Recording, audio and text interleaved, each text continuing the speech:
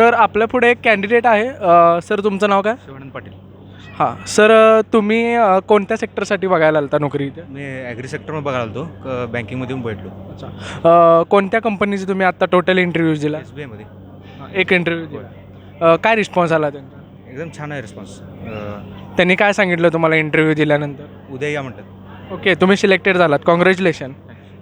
तर तुम्हाला QJPR या ॲपबद्दल तुम्ही इन्स्टॉल केला आहे QJPR ॲप? हो सर, केलो की. हां, QJPRबद्दल तुम्हाला काय सांगाल?